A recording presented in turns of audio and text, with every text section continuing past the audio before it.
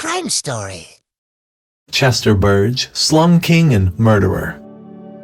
To what extent can we consider a justice system fair when the evidence points to a suspect's innocence, yet everyone in the courtroom and the surrounding community firmly believes otherwise? The jury tasked with determining Chester Burge's fate had every moral reason to lean towards a guilty verdict. It's important to note that Chester appeared to be the primary beneficiary of this heinous murder, and had a rather unsavory reputation. In fact, most of the local residents might have welcomed a guilty verdict for Burge. However, the jury's final decision, that revelation will come in due time. The beginning of life.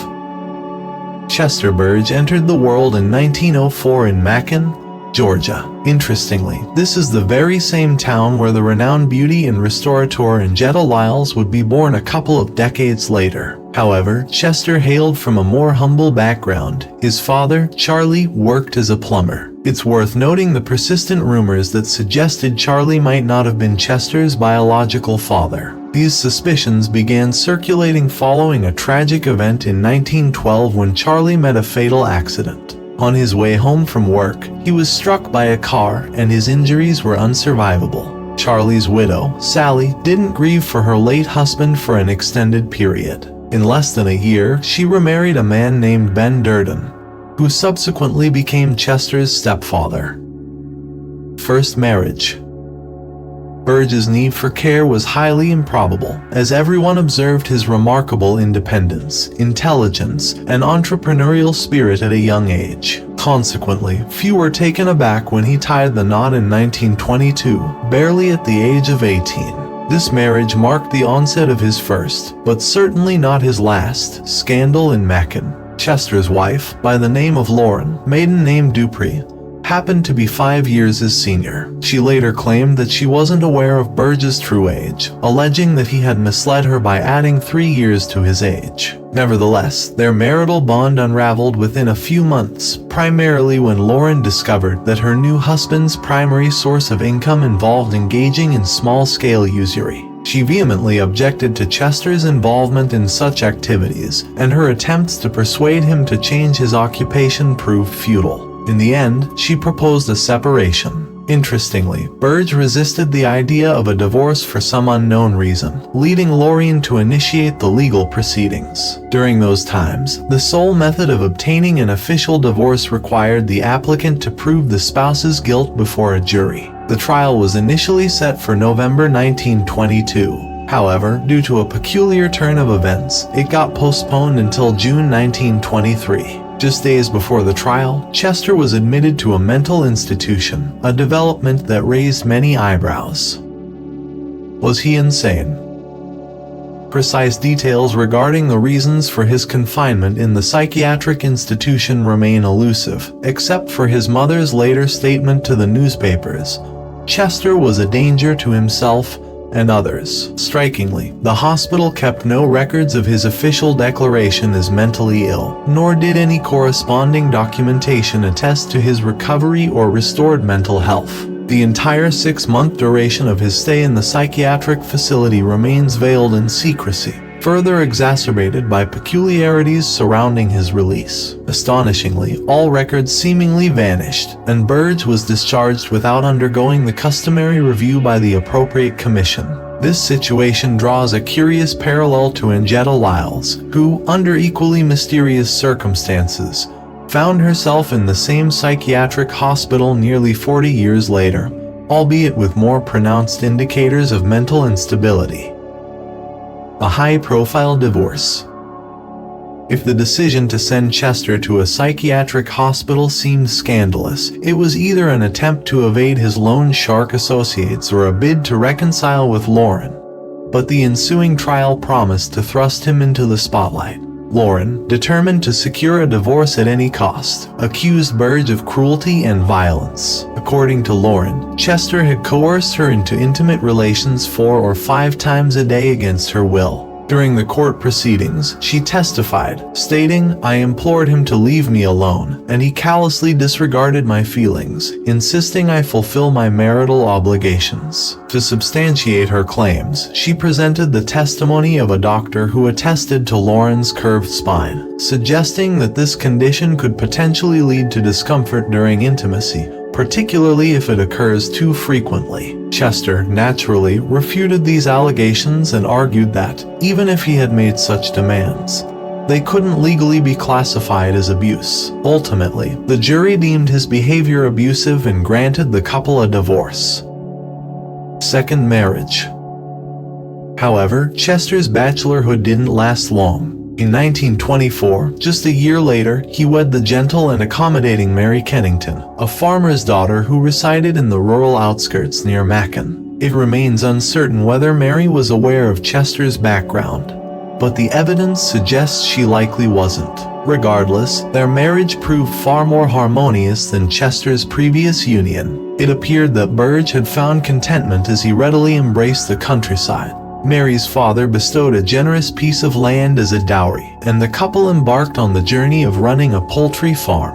Their farm, situated alongside the road, allowed them to expand their ventures. In a few years, with the proceeds from poultry sales, Chester decided to establish a service station catering to cars and farm machinery. This venture flourished, significantly boosting their income. In 1926, they welcomed a son, whom Chester named after himself, and the following year, in 1927, another son joined the family, bearing the name of Burge's great-grandfather, John, a choice that will become clearer as the story unfolds. Difficulties. Initially, their life appeared to be on a prosperous trajectory, but unexpected troubles soon cast their shadow. In 1928, at the tender age of just 2, Chester Jr. tragically passed away. It's unsettling to note that during that era, a high infant mortality rate of around 30% prevailed. Subsequently, legal issues arose for Chester Sr. pertaining to his service station. Notably, it wasn't just automotive parts and gasoline on the menu. They were also involved in the clandestine trade of whiskey. Between 1920 and 1933, the United States endured the era of prohibition, making alcohol sales illegal but highly profitable. Chester found himself apprehended for selling whiskey to an undercover police officer, resulting in a 1-year prison sentence. Upon his release, Burge resumed bootlegging, but only a year later, the era of prohibition was lifted, prompting Chester to seek new avenues for substantial earnings. Entrepreneurship.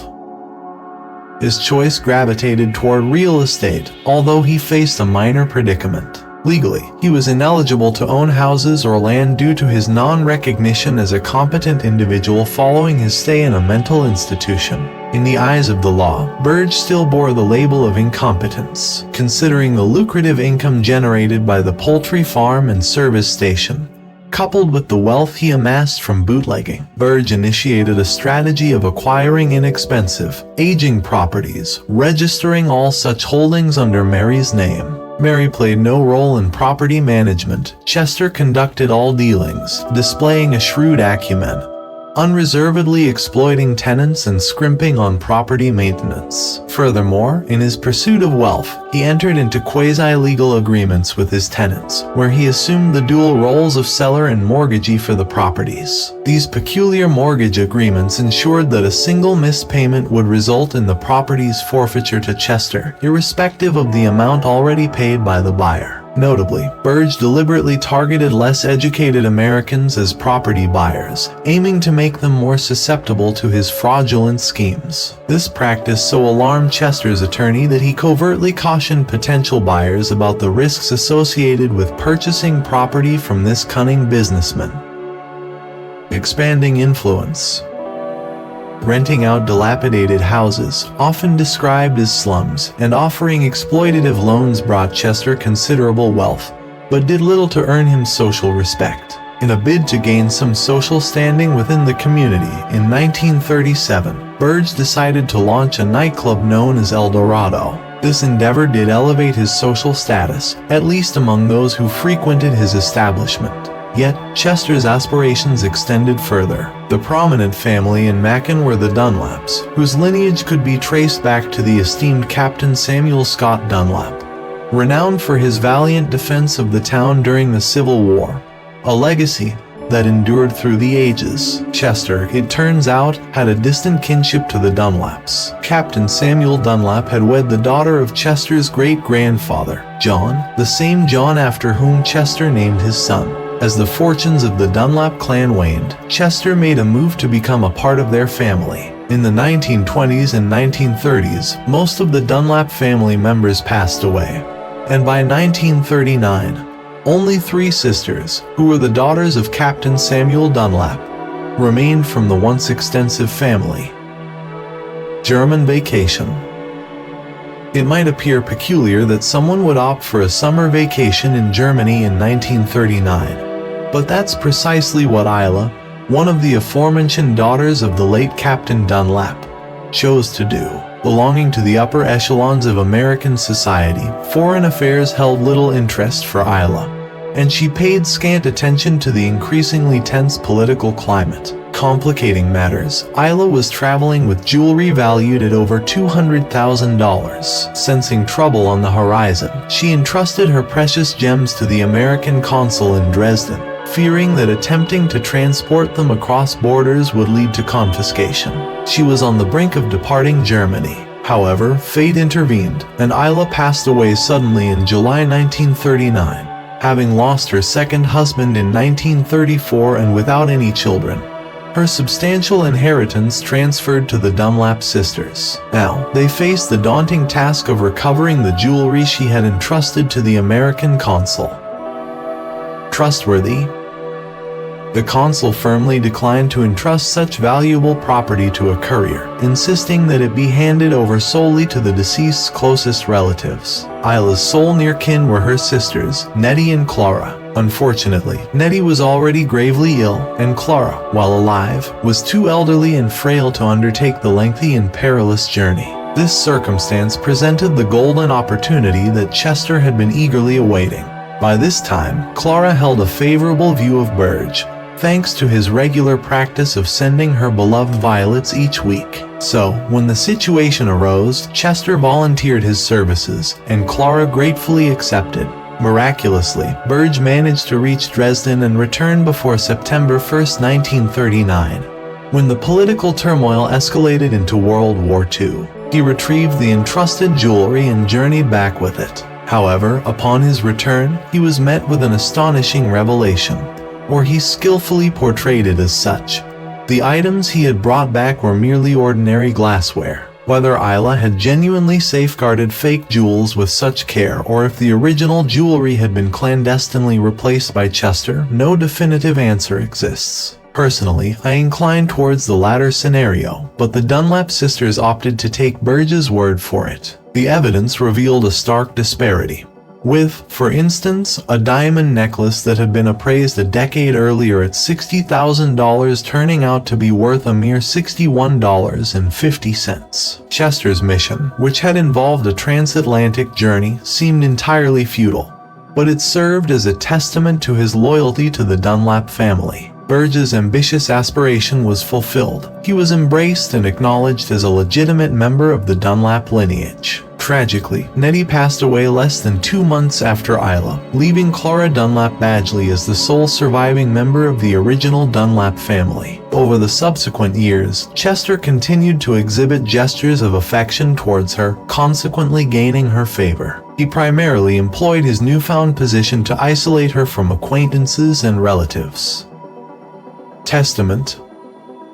In the latter part of 1944, during a visit to a doctor in Baltimore, Chester successfully convinced Clara to draft a new will, bequeathing her entire estate, valued at approximately $500,000 to his son, John. It's worth noting that at that point, Chester still retained his official status of being incapacitated.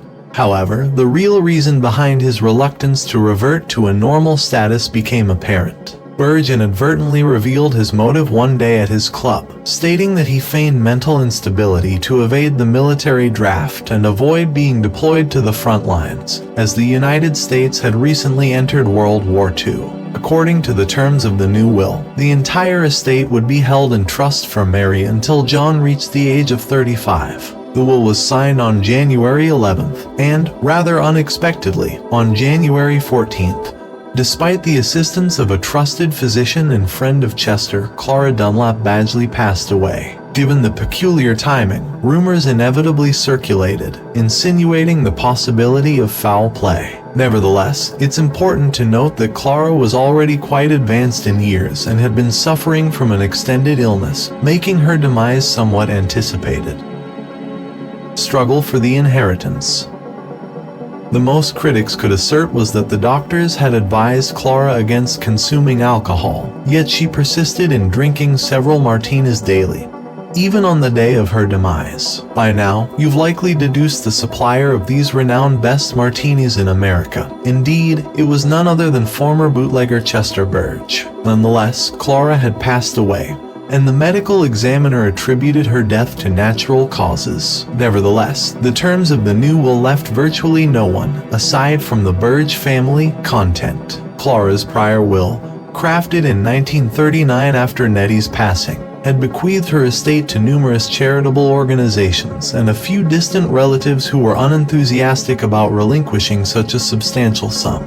Predictably, the aggrieved parties promptly pursued legal action, contending that the more recent will was the result of coercion and fraud instigated by Chester Burge. The courtroom proceedings experienced mixed results, with the charity's legal representatives vigorously advocating their case, ultimately prevailing. This prompted Burge to opt for a pre-trial settlement. Consequently, John received Dunlap Plantation and approximately 20% of the estate. Mary was entitled to the gifts that Clara had bestowed upon her over the past 5 years. In all other respects, the deceased's estate was distributed in accordance with the provisions outlined in the 1939 will. There. Time passed swiftly, and John matured rapidly, bearing an increasing resemblance to Chester. As he approached his 18th year, the war came to an end, and he earnestly endeavored to carve his own identity, striving to escape his father's imposing shadow. Although he technically held ownership of the plantation and estate, John was not yet prepared to manage his property, so he enrolled in college. In 1949, he wed Caroline Cook, a fellow student hailing from an aristocratic family. However, akin to his father, John's first marriage proved fleeting. The crux of the matter was that the newlyweds had plans to settle at Caroline's parents' residence, an idea vehemently opposed by Chester and Mary. Consequently, the young couple relocated to the Burgess estate. Soon, Caroline realized that she was essentially a bird confined within a gilded cage. Her movements were restricted, as she couldn't even step out of the house without John's parents' consent. Chester and Mary had envisioned her transformation into something akin to a beautiful painting, an ornamental presence to be admired and occasionally exhibited to guests. Such a situation did not align with Caroline's ambitions. In her pursuit of freedom, she resorted to a daring escape, an operation in which her mother provided invaluable assistance. One fateful evening, a car arrived at the Burgess estate, and like a sprinter, the young woman leaped from a window, racing to the waiting vehicle. She left behind all her possessions, her desire to break free from this family outweighing any material concerns. A new attempt. Only 11 months after Caroline's escape, John initiated divorce proceedings, holding on to hope that she would come to her senses and return. Strangely, the grounds for divorce were cited as cruelty on the part of the spouse. At first glance, this sounded preposterous. But in exchange for the payment of legal fees and compensation, Caroline did not contest the claim, and they were officially divorced. Following the divorce, she promptly resumed using her maiden name, much like Chester's first wife, Lauren. To distract John from his melancholy, Chester decided to orchestrate a new wedding for him.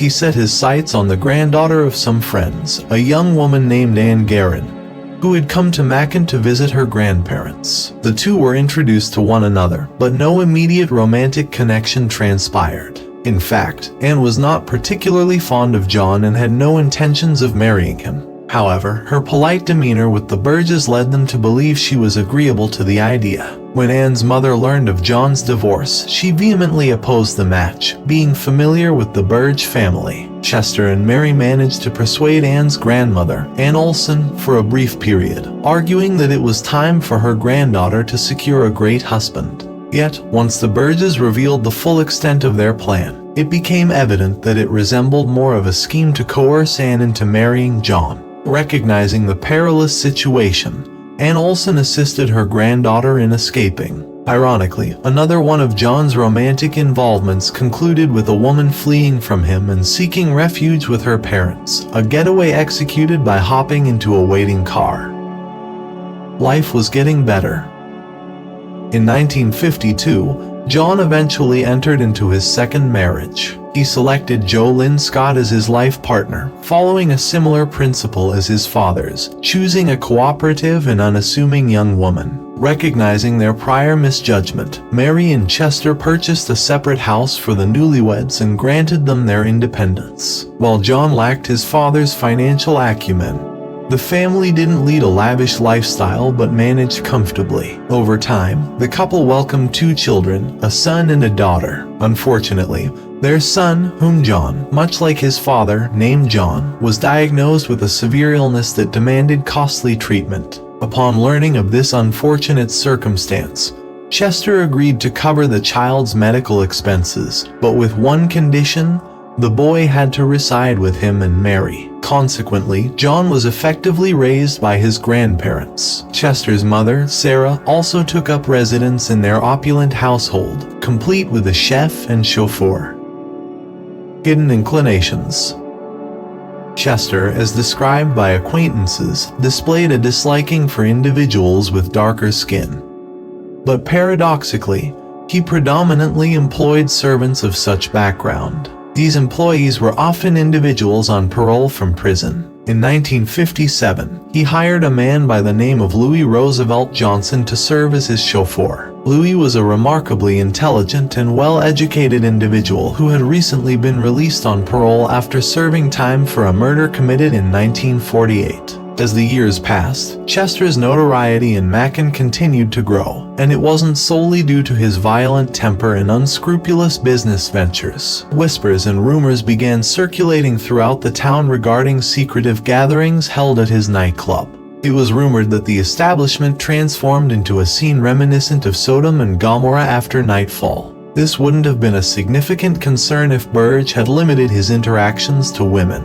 However, as Richard Hutt notes in his book A Peculiar Tribe of Men, Chester was bisexual. During the 1950s, a period marked by the Cold War, the United States was immersed in the era of McCarthyism, targeting communist spies. As David Johnson elucidates in his book The Blue Peril, patriotic citizens often equated homosexuality and communism, perceiving them as akin subcultures. At the time, American society remained staunchly conservative, deeming such expressions immoral and godless. The prevailing sentiment held that both these groups, the former and the latter, harbored intentions to overthrow the government. Chester's involvements with young men became a topic of spirited public discussion. On one occasion, he offered a substantial sum of money to an 18-year-old young man to accompany him on a journey to Europe, but this came to the attention of his wife, as recounted by Richard Hutt. Mary Burge had been accepting of his casual relationships but drew the line at this perceived betrayal. She resolved to call off this honeymoon and took it upon herself to visit the young man's parents,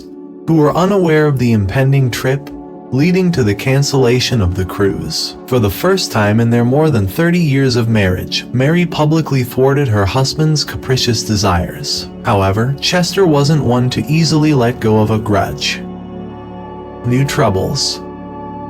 In April 1960, Burge found himself embroiled in a new scandal, becoming a target of the Ku Klux Klan. Chester predominantly rented out his properties to black families, as they were perceived as more vulnerable and less capable of defending their rights. In one instance, he rented a house in a predominantly white neighborhood to an African-American family, a brazen act that defied the racial norms of America during that time. This incited local residents and Ku Klux Klan members to gather outside his house for a demonstration. They even brought along a cross, which served as a warning to Burge. The cross, set ablaze in front of Burge's residence, conveyed a clear message. He was not welcome there and needed to vacate the premises promptly, or risk his own safety. However, in a somewhat comical twist, the demonstrators' cross was equipped with electric lights. Their efforts to locate a power source for the cross proved futile. Chester, naturally, was in no mood for negotiation, and he stepped onto the porch with a firearm in hand, demanding that they get the hell away. It was Mary who had to intercede and mediate between her husband and the demonstrators. Ultimately, the Burges had to relent, resulting in the eviction of the unfortunate black family from the house. Foreshadowing. A few weeks following the altercation with the KKK, Chester was admitted to a hospital in Macon, the very same hospital where his father had passed away half a century earlier. He had been scheduled for hernia surgery, but during the examination, suspicious moles were discovered on his back and legs, prompting him to opt for their removal as well. While Chester recuperated from his hernia surgery, a peculiar incident unfolded at the Burgess estate. Mary's pet parrot, an incessantly noisy and vexing bird she had acquired without her husband's approval, abruptly succumbed to internal bleeding.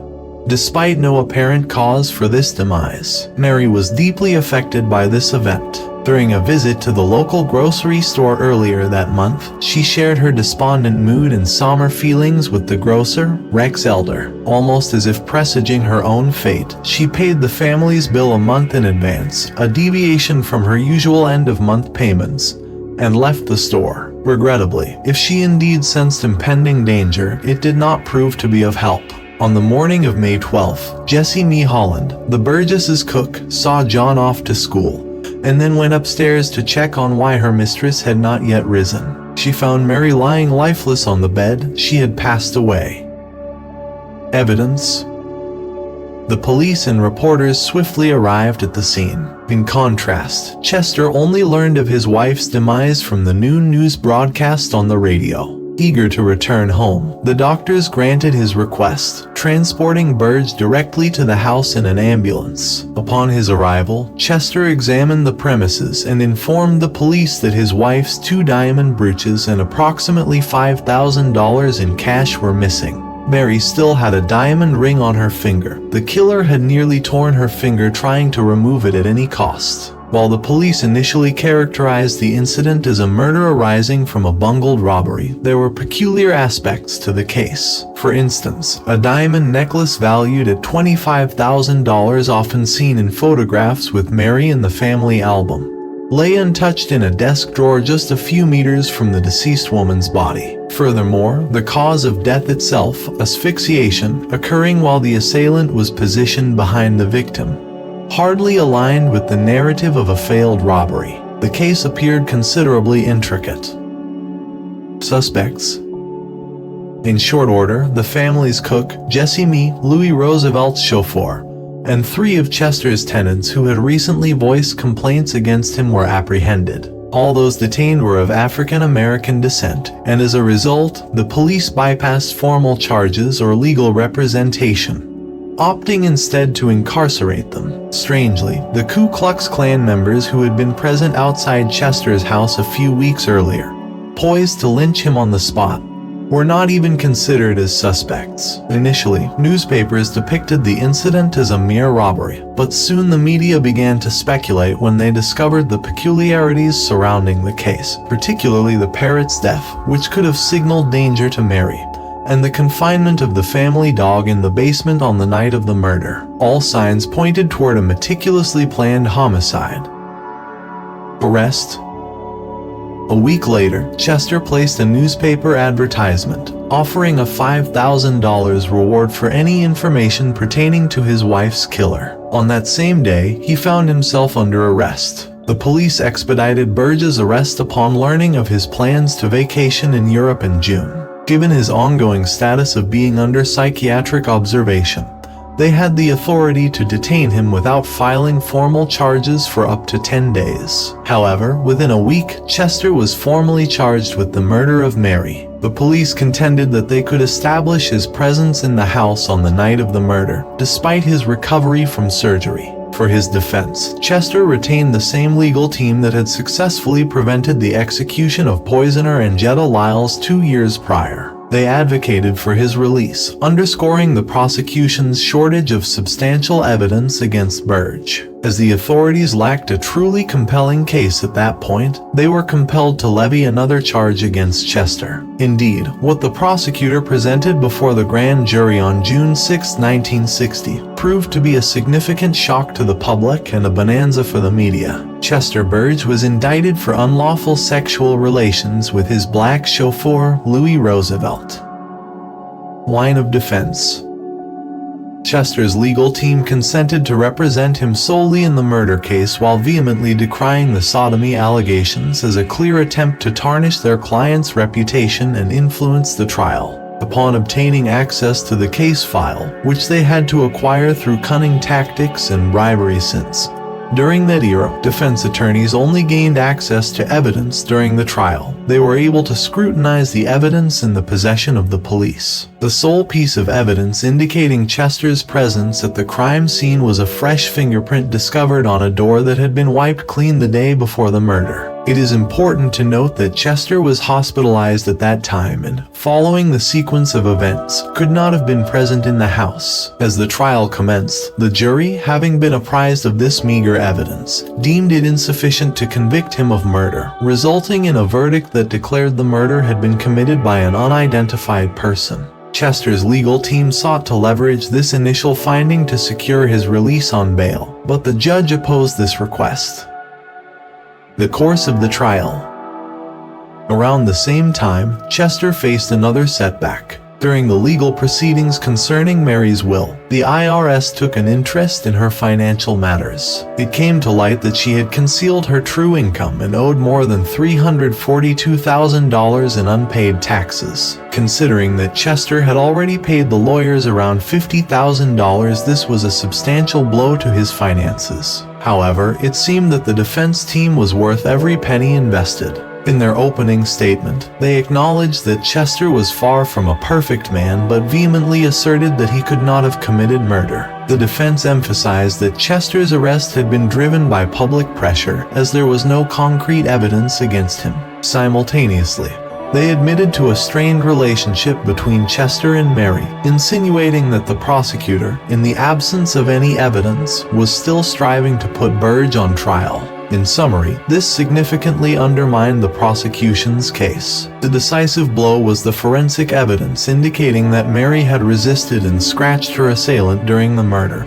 Yet hospital nurses who had bathed Chester on May 13th testified that he had no injuries. On the prosecution's side, they emphasized that Burge had both motive and a history of violent tendencies. Surprisingly, even his own mother testified against Chester, asserting that she had witnessed him using violence against Mary following minor disputes. Other witnesses recounted instances of Chester's anger at his wife's decisions made without his consent. Nevertheless, as the defense had suggested, there was virtually no concrete evidence against Chester. The jury deliberated over the case for several hours. Although some jurors may have believed that Chester was potentially guilty, they all concurred on the absence of compelling evidence. Consequently, Chester was acquitted entirely, even though the public's perception may have differed. After the trial, no one else was ever accused of Mary Burge's murder. The case remained officially unsolved, and the majority of Macon residents remained overwhelmingly convinced that Chester was the culprit who had somehow managed to evade justice. In hindsight, the police realized that their attempt to establish Chester's presence at the crime scene had faltered. What they truly needed to demonstrate was that he had hired someone else to carry out Mary's murder, which might have led to more success for the prosecution. However, this course of prosecution necessitated the identification of the actual perpetrators, a task that remained unfulfilled. If Chester had been convicted of murder, he would have faced the death penalty, but the police, as a whole, weren't overly disheartened by the case's outcome. They understood that his life, as he had known it, had reached its conclusion. One of the detectives involved in the case shared with the media, "In the eyes of the public, he was already dead anyway."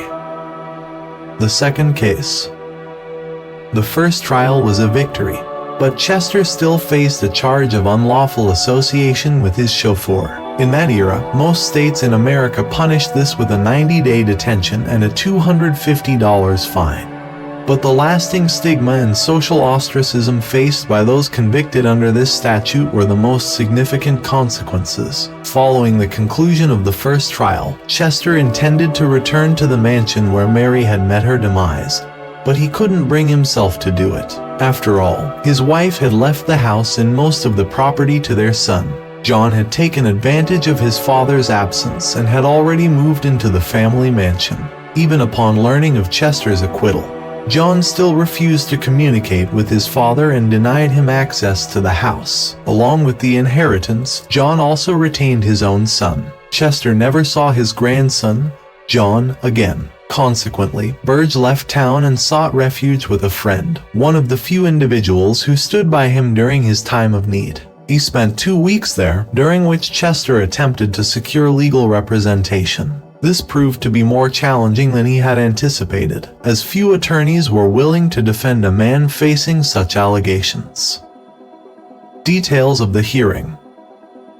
Nonetheless, Burge managed to secure the services of a lawyer who agreed to represent him in a trial that commenced on December 8, 1960. The charge appeared straightforward enough. It alleged that Chester had become involved with Louis in 1957, shortly after the latter had been hired as his chauffeur, and these liaisons continued for the subsequent 3 years. The accusation also contended that Burge had deliberately employed a man on parole from prison so he could use this as leverage to coerce Louis into compliance. Louis, aiming to avoid potential consequences, cooperated extensively with the investigation, giving a robust position to the prosecution. The second witness was Chester's former chauffeur, who provided a double testimony, asserting that Burge had made a similar proposition to him, which he had refused. This appeared peculiar because Chester had retained him for an extended period and had not revoked his parole. Also testifying against Chester were his relatives, Edwin and Olivia Kyle. The specific details of their testimonies were not disclosed, but they did not seem to contain any substantial accusations. The defense presented no witnesses. Chester's lawyer was left only with the option to point to Chester's own denials, where he vehemently rejected all allegations and repeatedly expressed his prejudiced views that black people are not to be trusted. As expected, this defense was insufficient to convince the jury, and Chester was subsequently found guilty. A twist of fate.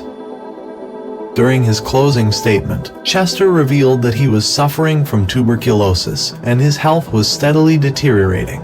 In the mid-20th century, tuberculosis was virtually incurable. Taking his ailing condition into account, the judge decided to grant Chester bail. Simultaneously, Chester began preparing for his appeal, striving to clear his name of the charges against him. While the appeal process was underway, he returned to his unassuming home in Camden, where he coincidentally crossed paths with an old friend, Anna Dickey Olson. Anna was a former politician and the widow of a longtime friend of Chester's. It's worth noting that this was the same Anna Olson who had come to be the grandmother of Anne Garrett, the young lady who had almost been kidnapped and forced to marry John Burge a decade earlier. Despite the past incident and ongoing legal proceedings, their friendship endured. Both Chester and Anna were widowed, and even with her being 75 years old, which was 18 years older than Chester, they found companionship in each other. It might be difficult to believe, and Macon residents were indeed surprised when they heard the news. But in April 1961, Chester and Anna tied the knot. Appeal. A month after Chester's marriage to Anna, his appeal was granted, primarily on the grounds that Louis Roosevelt was considered a willing accomplice, and thus disqualified from testifying as a witness because of his vested interest in the case. The prosecution attempted to argue that Louis had acted under duress, but the appeals court found this argument unsubstantiated, especially given Louis's 3-year silence on the matter. Legally, Chester was now entirely exonerated and a free man, Chester and Anna celebrated their honeymoon on a sea cruise. Afterward, they decided to relocate to Palm Beach, Florida, where they purchased a house. Regrettably, their marital bliss began to unravel. Anna's daughter had been against this union from the beginning and harbored concerns that her mother might become Chester's next victim. She persistently criticized Chester in her mother's eyes, and her efforts paid off. In August 1963, Anna Burge traveled to Macon to visit her relatives. During her visit, she met with John and Jolynn Burge and several other acquaintances, all of whom advised her not to return to Florida. Eventually, she consented to their counsel. Anna would never see Chester again while he was alive. Unexpected death. On October 7, 1963, an explosion rocked Chester and Anna Burge's residence in Palm Beach. Chester managed to escape the blast but sustained multiple burns, leading to his death just a few days later. No one else was present in the house during the tragic incident. Florida newspapers attributed it to a gas explosion, but the Macon press remained suspicious, speculating it could have been either a suicide or murder. Officially, the police ruled it as an accident, though some people close to the situation noted numerous inconsistencies in the report. However, there was insufficient evidence to conclusively determine whether it was an assassination attempt, suicide, or an accident. It was somewhat peculiar that despite his penchant for legal matters, Chester himself had never drafted a will. While it appeared that this might lead to legal disputes between Anna and John Burge, the 77-year-old widow relinquished her claim to the estate in exchange for the reimbursement of the $40,000 she had invested in the Palm Beach house. Anna returned to Minnesota, where she passed away at the age of 85 and was laid to rest beside her first husband. Chester was interred in Macon, although his grave bore no marker. It seemed as if the town's inhabitants and his descendants had done their best to erase the memory of Chester Burge from their collective consciousness. I hope you liked this story. Please don't forget to leave a comment sharing with your thoughts below. Give a thumbs up this video, and remember to hit that subscribe button to stay tuned for more captivating stories. Thank you for joining us on this remarkable journey, and we'll see you in the next video.